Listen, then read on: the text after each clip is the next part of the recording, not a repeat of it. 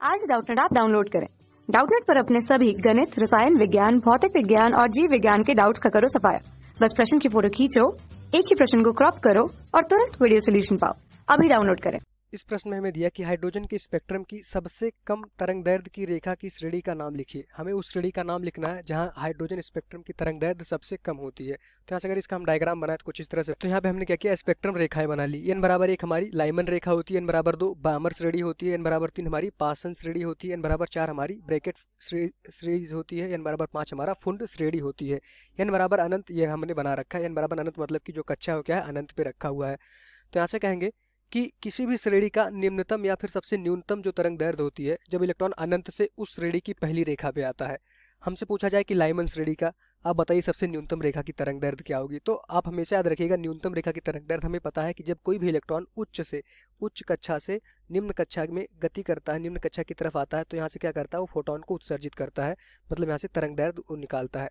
तो तरंगदैर्ध्य की वैल्यू हम निकालते हैं। वो फार्मूला जो तरंगदैर्ध्य का होता है 1/λ किसके बराबर होता है, हमारा are Z square 1/n1 square minus 1/n2 square. यहाँ से हमें समझना पड़ेगा n1 n2 क्या है।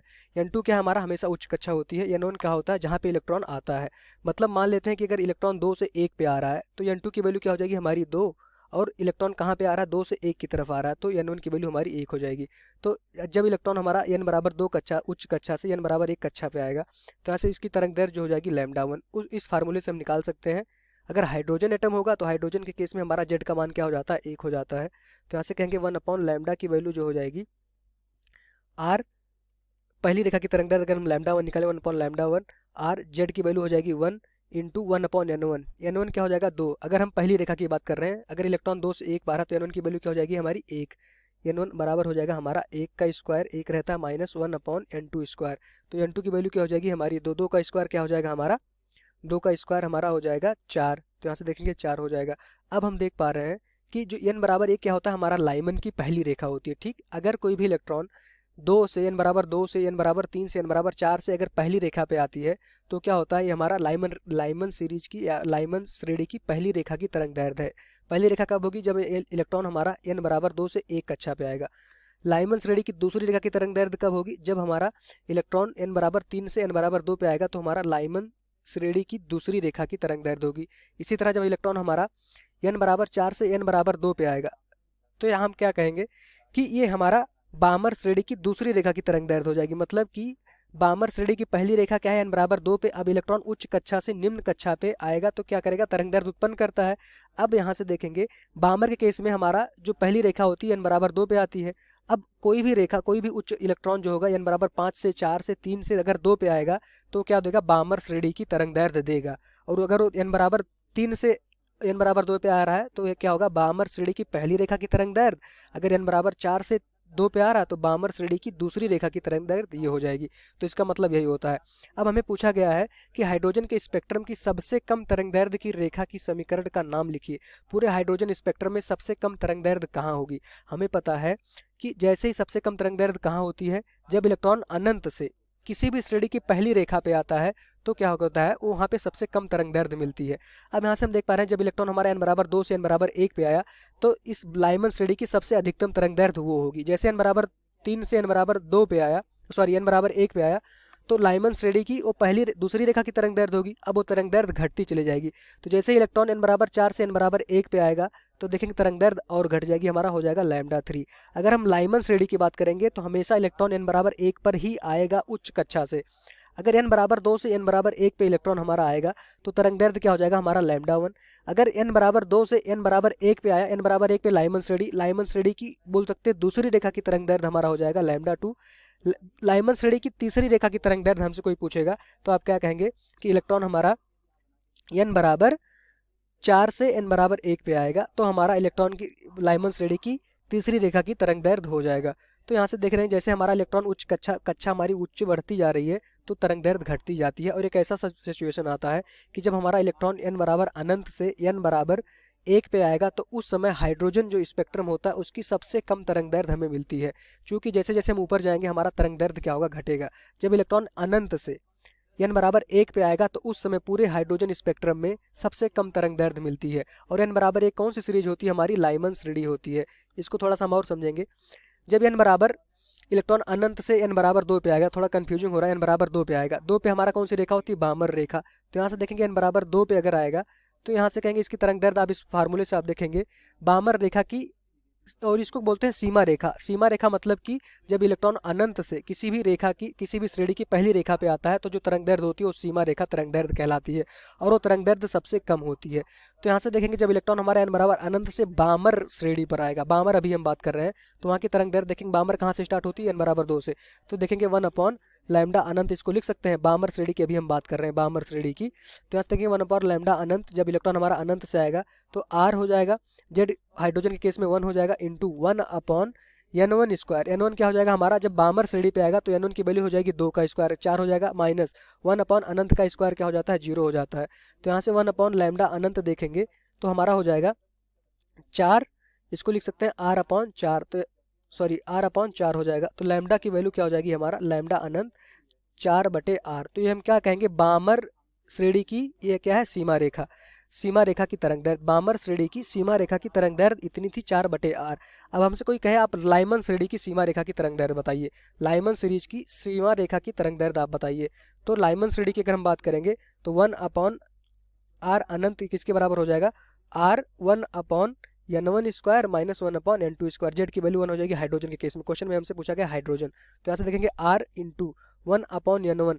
अगर इलेक्ट्रॉन हमारा लाइमन सीरीज की बात कर रहे हैं तो n1 का मान क्या हो जाएगा, 1 हो जाएगा, क्योंकि इलेक्ट्रॉन n1 बराबर 1 पे हमारा लाइमन सीरीज स्टार्ट होता है। तो यहाँ से 1 का स्क्वायर हो जाएगा, माइनस 1/n2। इलेक्ट्रॉन कहाँ से आ रहा है, अनंत से। अनंत से कहाँ आ रहा है इलेक्ट्रॉन हमारा, अनंत से n बराबर 1 पे आ रहा है, तो इसको हम निकालेंगे, यहाँ से हमने पहले बना रखा है। तो यहाँ से देखेंगे n2 की वैल्यू क्या हो जाएगी, अनंत, यहाँ अनंत का स्क्वायर क्या हो जाएगा, 0। तो यहाँ से 1 लैम्डा लाइमन श्रेणी की सीमा रेखा की तरंग दैर्ध्य क्या हो जाएगी हमारा, r/1 हो गया, ठीक।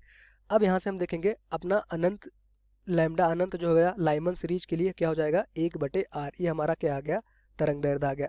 अब हमने दो रेखा की सीमा रेखा तरंग दैर्ध्य निकाली, पहली क्या निकाली, लाइमन सीरीज की, और दूसरी क्या निकाली हमने, बामर सीरीज की सीमा रेखा की तरंग दैर्ध्य निकाली।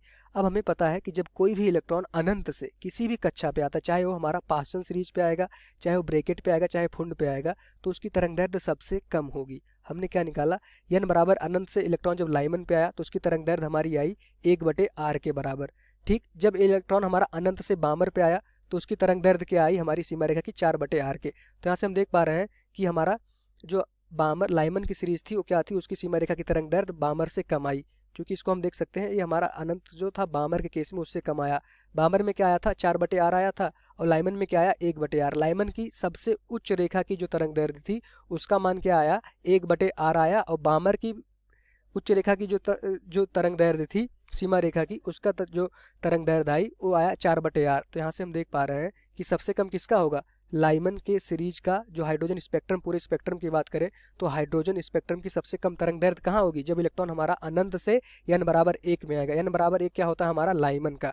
क्योंकि हमने बामर का निकाला तो बामर की वैल्यू क्या आ गई, 4/r आ गई। अगर हम पास्टन का निकालेंगे तो पास्टन बामर से भी ज़्यादा आएगा। तो इसी तरह से ऊपर जैसे जाएंगे तो हमारा तरंग दैर्ध्य क्या हो जाएगा, सीमा रेखा की तरंग दैर्ध्य हमारी बढ़ रही है। सबसे कम हमें बताना था पूरे हाइड्रोजन स्पेक्ट्रम में, मतलब कि जब हम पूरी लाइनें बना लेंगे अनंत से हर एक स्पेक्ट्रम की, ऐसे ये तो असंभव है, लेकिन जब तरंग दैर्ध्य देखेंगे तो सबसे कम तरंग दैर्ध्य हमारी क्या होगी, जब इलेक्ट्रॉन हमारा अनंत से n बराबर 1 पे आएगा उसकी तरंग दैर्ध्य 1/r के हो जाएगी। और यही हमारा क्या हो जाएगा, आंसर हो जाएगा। क्वेश्चन में हमसे पूछा गया था कि हाइड्रोजन के स्पेक्ट्रम की सबसे कम तरंग दैर्ध्य की रेखा की श्रेणी का नाम लिखिए। तो सबसे कम तरंग दैर्ध्य की रेखा हमने देखा कहाँ आ रहा है, n बराबर अनंत से n बराबर 1 पे। तो यहाँ से वो कौन सी श्रेणी, n बराबर 1 हमारा क्या होता है, लाइमन सीरीज। तो हमेशा इस क्वेश्चन का आंसर क्या हो जाएगा, लाइमन श्रेणी में सबसे कम तरंग दैर्ध्य हाइड्रोजन स्पेक्ट्रम की रेखा का आएगा, यही हमारा आंसर हो जाएगा।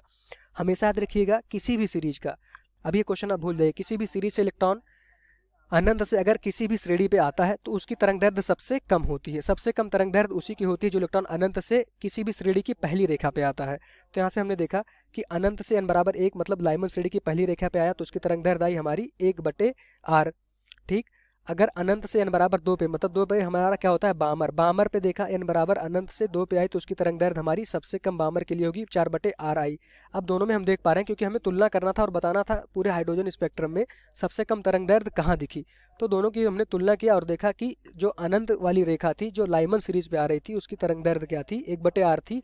जो अनंत वाली रेखा थी, अनंत पे इलेक्ट्रॉन था, जो वो बामर सीरीज पे आ रहा था n=2 पे आ रहा था, उसकी तरंग दैर्ध्य 4/r आई। तो यहाँ से हमने देखा कि लाइमन वाली तरंग दैर्ध्य कम आई, तो सबसे कम पूरे हाइड्रोजन स्पेक्ट्रम में सबसे कम तरंग दैर्ध्य किस रेखा की होगी? जो अनंत से लाइमन पे आएगी उसकी तरंग दैर्ध्य सबसे कम होगी। अगर कोई इलेक्ट्रॉन क्या होता, अगर अनंत से n=3 पे आता, यहाँ पे आता, तो उसकी तरंग दैर्ध्य क्या हो जाती? ज़्यादा होती किसकी तुलना में? अनंत से n=1 पे जो आता। तो यहाँ से सबसे कम हमें बताना, तो क्या हो जाएगा? लाइमन श्रेणी का। इसका आंसर क्या हो जाएगा? लाइमन श्रेणी का। थोड़ा ये टिपिकल था इसको समझना, पर आई थिंक आपको समझ में आएगा लाइमन श्रेणी का। और हमेशा याद रखिए कि कोई भी इलेक्ट्रॉन की तरंग दैर्ध्य किसी भी श्रेणी की सबसे कम कहाँ होती है? जब इलेक्ट्रॉन अनंत से उस श्रेणी की पहली रेखा पे आता है तो तरंग दैर्ध्य उसकी सबसे न्यूनतम होती है। अब हमें इस पूरे हाइड्रोजन स्पेक्ट्रम के बारे में बताना था, तो जब इलेक्ट्रॉन हमारा अनंत से लाइमन श्रेणी की पहली रेखा पे आएगा, हमने तुलना भी किया, लाइमन श्रेणी की पहली रेखा पे तरंग दैर्ध्य हमारी आई 1/r, लाइमन श्रेणी की दूसरी रेखा पे तरंग दैर्ध्य उससे थोड़ी ज़्यादा होगी, और बामर श्रेणी की पहली रेखा पे तरंग दैर्ध्य आई 4/r। दोनों को तुलना किया तो 1/r कम था 4/r से, इसलिए पूरे हाइड्रोजन स्पेक्ट्रम में सबसे कम तरंग दैर्ध्य लाइमन श्रेणी की होगी, और यही हमारा क्या हो जाएगा? आंसर हो जाएगा। Thank you. कक्षा 6 से 12वीं से लेकर नीट, IIT, JEE वो एडवांस के लेवल तक 1 करोड़ से ज्यादा छात्रों का भरोसा। आज ही डाउनलोड करें डाउटनेट ऐप या व्हाट्सएप करें अपने सारे डाउट्स 8400 400 400 पर।